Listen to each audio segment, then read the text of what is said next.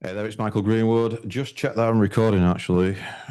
So are we recording? Just going to do kind of one take with no edits. Is the audio working? Are we recording? Yeah, we're recording. Right. Okay. So I'm Michael Greenwood, and for this video, we're going to be talking about objection handling and a few other things as well. Yeah. So nice off the cuff, unedited kind of video, nice and raw, nice and authentic. So from 16 years in business, this is one of the things that I've learned about sales. And it's one of the objections that you get again and again, basically in sales. So this is how to handle it. This is how to do rebuttals for it. And I'm not just going to give you one way of doing it. This is not a short form video where I just give you one way of doing it, because there's a few ways of handling this objection. You can mix this up as well. It's good to have a few ways in your toolkit. So the objection I'm going to be covering on this is the partner objection. So what is the partner objection? The partner objection is where you're in a sales call, you might be on Zoom, you might be face to face, and what you get is, yeah, that sounds good, but I'm just going to speak to my partner and get that cleared, yeah, and then I'll get back to you. Okay. So rule number one, just kind of taking a step back. If what you thought were going to be a one call close is going to turn into a two call close, always set up that next meeting. Yeah, never leave it open ended. Control the sale. So you're in control and you're setting that meeting. So never leave a meeting without setting another meeting. In fact, once you've closed it, never leave that meeting without setting an onboarding call. So always have a clear next step for your prospects, so they've got multiple touch points even after the sale, when it goes into service delivery and it goes into CSM, so customer service management. Yeah. So how do you handle this objection, the partner objection? First thing I'd say is partners could be business partner, wife, husband, boyfriend, girlfriend, that kind of thing. Yeah. So we're not just talking about romantic partner, we're talking about business partner as well. And there could be influencers as well. So there could be marketing manager or PA or anybody else who they consult with. So not necessarily a decision maker, but somebody who influences, who they have a chat with just before they make decisions, who they consult with, like a trusted advisor. So first off, you can preempt this to an extent. So a caveat there, to an extent you can preempt it. So you can preempt it and eliminate it a lot, basically mitigate against it. You do that by let's say you're the closer and you wear a separate hat for SDR. So you might be SDR and closer, yeah, so sales development representative, appointment setter, in other words, and then closer. Or you might have somebody in your team doing that, you're the closer watching this, or maybe you're the managing director of a company, you've got an SDR, you've got a closer, yeah. So the SDR's role when they're setting the meeting for the closer and putting some time in the diary should be trained to check if there's anybody else who needs to be in that call, any other decision makers or influencers. And the way that I do this is I ask the question twice, but slightly differently. So first time I ask it is, yeah, I'm just going to book you in, book some time in so I can do a discovery call, clarity call, whatever you call it. It's going to be 20 minutes, 25 minutes, whatever.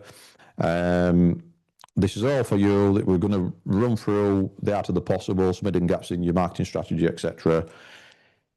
Who else needs to be on that call? Who else makes decisions in the company? And then you add those in as well. But when is the time when you can all be together, right? And then they'll tell you, right? And then even if they say no, you ask another question. Either they say yeah and tell you everybody what you think is everybody, you still ask this second question. Just double checking then, sure there's not anybody else, even somebody who you just kind of pick the brains with, when you're making a decision, anybody else, you could say like a sister or auntie or something like that, a trusted friend, somebody down the pub or something like that, yeah? Just to make sure, just so you're isolating that potential future objection, so you're preempting it, so they can't use that later on. So you can't be at the end, the closer can't be at the end of the call and then have that fired at them, that ammo, yeah? So you're closing that down, yeah? And then that can't be an objection because there's nobody else to consult with, yeah? Everybody's on the call. in an ideal world, that works all the time, but as we know, it's not an ideal world. Sometimes the date, the time of the call comes up, and somebody can't make it. They've got to be on some other call, so they can't make it, but somebody else can join. Sorry, some of the originals. So let's say there's two directors and one and the PA. Yeah, let's say the one of the directors can't make it, so the PA and the director do it anyway. So they can use that objection. Yeah, we'll just check with Phil, the director who can't be there, right? So if that comes up then, or if you've not even preempted it and you just like one person's on there, there's actually two other directors, or you decided, you know, kind of tactically just to have that initial call with somebody because you're happy to have like a 2 or 3 close call, then you know you might get some of these. You might be able to use some of these. Well, you will be able to use some of these rebuttals. So, first one, call this the calling out the deflection or the kind of smoke screen kind of thing. So you kind of digging into what the real objection is. So you want to find out what the real objection is. So always agree. So you get the objection, always agree. So you don't want to raise the sales resistance. You want to put the guard up. So you want to lower sales resistance. So it's totally understand. A lot of people say that. In fact, you can say I say that as well. I always ask my partner, but let me ask you: if your partner says yes, are you 100% in, or is there something else holding you back? Yeah. So this is a way of saying if they say yes, and you just kind of probing, you're just asking them, you know, what the objection is really, without saying what's your objection. You never say that. Yeah. So you're asking them like directly, basically. So you're just calling it out. Yeah. So that's one way to do it. This kind of exposes you're just getting the real issue, just exposing if the partner is just a smoke screen and they actually have an objection. It's just one way of doing it. I'll go through another way of doing it as well next. There's another way of doing it on that, and then it kind of puts a bit of onus onto the prospect, puts the ball in their court to be honest. You're actually like probing into their hesitation, and it could be that they don't trust you. Show that they don't trust that it's going to work, or trust you to deliver, or your company. Or it could be price. But when it's price, it's usually like they genuinely can't afford it, but they should have kind of been filtered out before that call. So the SDR should have really, you know, checked, kind of thing, giving them some kind of guide, really, not blindly going into a closing call or a discovery call, not even letting them know kind of how much it even price ranges. Or it might be timing, or it might be that they don't see the value, they don't understand the value, so they haven't got all the information to make a decision, because the value should be higher than the price, or it's not going to make sense to them. So that's calling out the smoke screen or the deflection. It's not actually the partner, it's actually them who's got an objection. So you're revealing that. Next one is to kind of another way of doing it is slightly different, to create accountability. So again, you're putting the ball in their court. So again, yeah, I completely understand. Me too. I always ask my partner, and never say but. Don't be tempted to say but as a little filler word. So it's always completely understand. Use silence to draw them in, your tonality. If your partner is the one who makes all the decisions, what's your role in this? And you can be a bit playful. It depends on the relationship and how much rapport you've built and everything like that. You sound like someone who can make decisions too, and this is a bit cheeky. So you want to reserve this, really, if you want to be a bit, you know, it depends. This can backfire. It depends on the personality type. I say you got to be a bit of a chameleon in sales as well, and adapt and all that kind of thing. And then you can do almost like challenging the prospect's authority. You know, so it's their business, but they've got to run everything by, you know, somebody else, even the sole director and stuff like that. So their authority, but also maybe the self-respect, which can often, I make all the decisions in my business. So it can motivate them to then take ownership. No, I actually do it. Yeah, it's just a formality then. I'm just going to run it by. But yeah, ultimately I make all the decisions and that kind of thing. So you're kind of creating that accountability for them, so they can't kind of pass that on to somebody else, because it's kind of like, if you think about it, it's a little bit weak for them to try and do that and not kind of be honest really with that. Next one is to kind of flip it with some logic.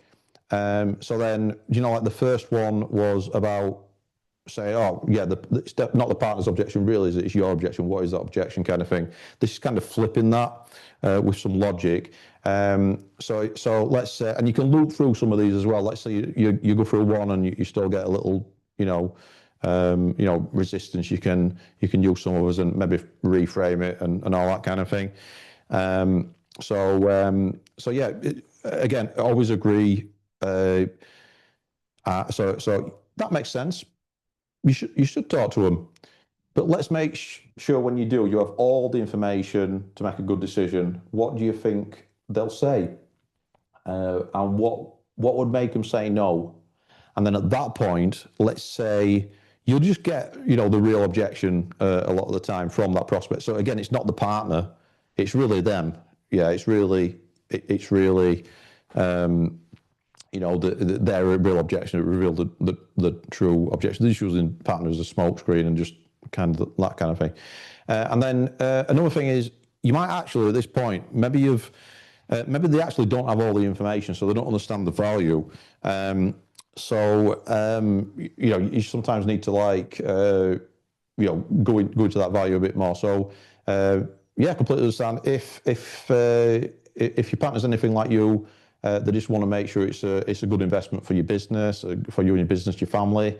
And this is where you can then go into the why again. So let's say we've done a gap analysis, like with spin selling kind of thing. So this is, where do you want to be? Okay, how far are you away from that? Right, you want to be 10 million, right? You're 5 million, okay, that's a 5 million gap, right? How long you been at that? Or 5 million, 5 years, okay, right? Cost of inflation, do you think you're actually, actually making less money in terms of buying power? Yeah. What will happen if you don't change? Well, nothing will happen. Definition of insanity, and doing the same thing again and again, expecting different results. So you've had that conversation, so you can use that as kind of ammo in this rebuttal. So if your partner's anything like you, they just want to make sure it's a good investment for you, your business, your family, whatever. You looping back, you're referencing that pain and that why. Let's go over why it is. So when you talk to them, they'll thank you for making the move. So you're just emphasizing that value. Why you're doing it. Okay, if you invest this, we've got these case studies. This work for these. No reason why it shouldn't work for you. And you're just saying, right, if you invest 50k and chances are we do this and this and that, you might get a 4 or 5x or whatever kind of thing it is, or 2x or 3x or 10x or whatever it is, because this has happened in this other industry. There is some of the business to you when they were at that stage that you are now, then no reason why it shouldn't happen. It's like, okay, yeah, well, it's not a cost to the business. It's actually an investment, so it makes sense. So you just emphasizing that value, and then the price becomes irrelevant. It's an investment to most likely, or probably, or have a good stab at least of getting a good return on investment from it. The alternative is they've not tried anything, and then they'll just keep going, and they'll just run out of cash and that kind of thing, because it's definition of insanity, doing the same thing again, expecting different results. So it's reframing the partner as a logical kind of ally rather than a roadblock, rather than like a scapegoat for their indecision, really, and then just using the opportunity to bring that value in, really, if you've not managed to emphasize it, because you kind of might have prematurely gone into that kind of close, really, without building enough. They don't understand it, because a confused buyer will not buy. And then last one then for this would be, another rebuttal you can use is, completely understand. Let me ask you something. If your partner says no, are you going to let them stop you from doing something is right for you? So this is basically saying, let's say you said that this thing you have a firm belief that it's going to work for your business. It's something you need. It solves your problem, and it's sustainable, affordable for you, month on month or whatever the deal is your partner going to really hold you back from wanting to, bring more revenue in and therefore being able to have more choices and all that kind of thing for the family, so the why you're doing it kind of thing. So the solution and alleviation of that pain, because people buy services to basically relieve pain, to solve problems. So is your wife, your husband, anybody really going to hold you back from doing that when you have decided? So you basically and you say it with conviction and confidence because you believe in your product, and if you don't believe in your product, then start believing in your product, your service. And if it's not good enough to believe in, make it better. Make it so it does actually genuinely add value. So I'm Michael Greenwood. This is some objection handling. This is the partner objection. I hope you have enjoyed this.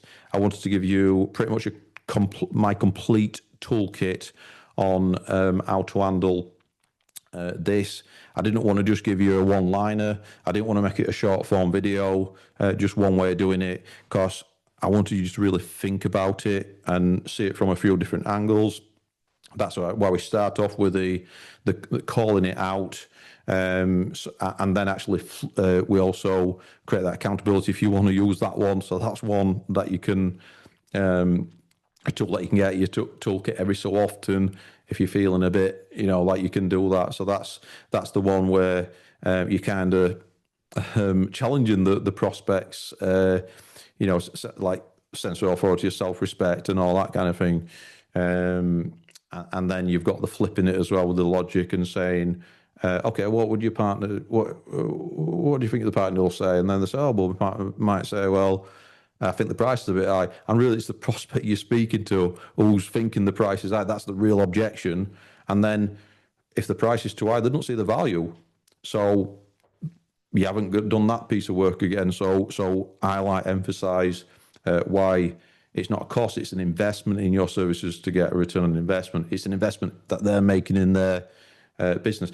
In fact, a wise man called Tony told me early on in my business, Michael, you do not want to work with a customer who doesn't want to invest in the business, because if they can't invest in the business, why should you? And that's why I don't do things like taking a slice or commission when they've got paid and things like that solely. Of course, I'll have some retainers, setup fees. We can take a revenue share if that's a deal we can both do, and if it makes financial sense. But most of the time, it is taking a retainer or selling leads exclusively or multi-buy, where we're generating leads in the market in that kind of way. So we're either building the brand or we're building our own brands, mixture too. So my business is a mixture between a traditional digital marketing model, so running out, creating landing pages, creating Google ads, creating Meta ads and YouTube ads, etc. for a client, and building landing pages with that and building their brand, or building my suite of brands, different price comparison websites, for example, roofing, solar, windows and doors, etc. And then we can generate leads, and then we can sell them to interested parties in those locations, either exclusively or multi-buy and stuff like that. So that's how I make money. So I think I'll wrap this up. I hope you've enjoyed. And I will see you next time. I'm heading home. I'm just going to upload this and then love you and leave you. I will create some videos soon, I promise you.